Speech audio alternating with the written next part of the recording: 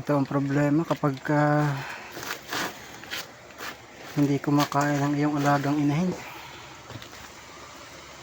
Hindi lang siyang stress, pati ikaw. Pero ngayon susubuan natin.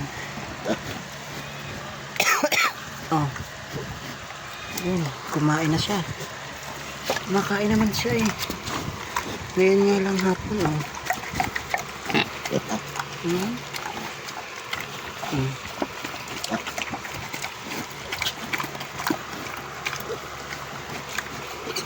Thanks God. Kumain na siya. Mauna pa yata ako sa iyo, Mama Pig. Kain naman siya eh.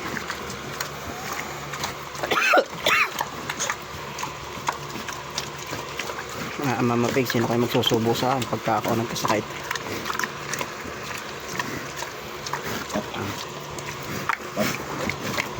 Hindi mo siyang kumain eh.